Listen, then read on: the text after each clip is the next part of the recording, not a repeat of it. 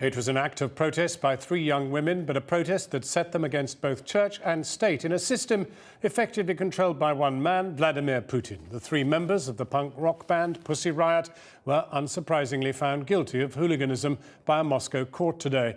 And despite growing unease across Russia and the world, they were each sentenced to 2 years in jail.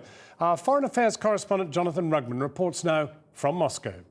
This afternoon, the three punk band protesters were led in handcuffs into a glass box in court.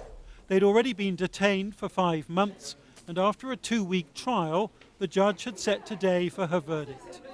The Pussy Riot 3 didn't look remorseful. In fact, they frequently smiled, especially when the judge read out the text of their offending song.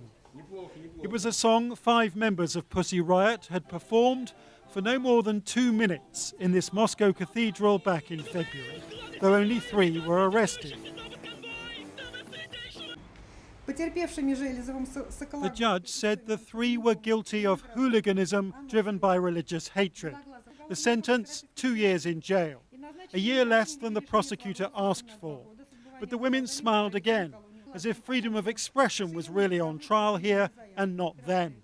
All this being broadcast live by Russian state media, nevertheless. And as Masha, Katya and Nadia were led back to jail, it seemed that pressure from Paul McCartney and protest groups around the world had no discernible effect. The judge said the 3 women had crudely undermined social order with a disrespectful and unpleasant performance which had offended Orthodox believers. But in the court of world public opinion, it seems that the regime of Vladimir Putin was also in the dock here. The husband of Nadia, the lead singer, told me 2 years was apparently Mr. Putin's definition of leniency. The father of Katya said that every Russian generation had gone to prison and that the country was now turning into Saudi Arabia or Iran. Hundreds of protesters for and against the punk band were kept back by police. A few dozen were rounded up, including the former world chess champion Garry Kasparov,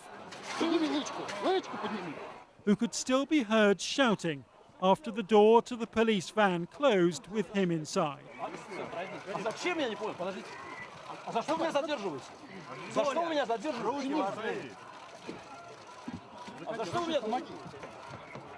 This evening, the Russian Orthodox Church said in a statement the verdict was lawful, but it asked for mercy, though it didn't spell out what mercy meant.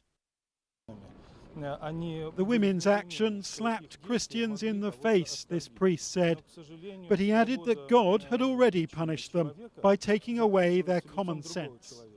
The Kremlin hasn't commented, though President Putin said 2 weeks ago that the women should not be judged too harshly. Yet Pussy Riot are still behind bars tonight, in a system which hasn't entirely thrown off its Soviet past and doesn't seem to care what anyone else thinks. Jonathan Rugman, Channel 4 News, Moscow.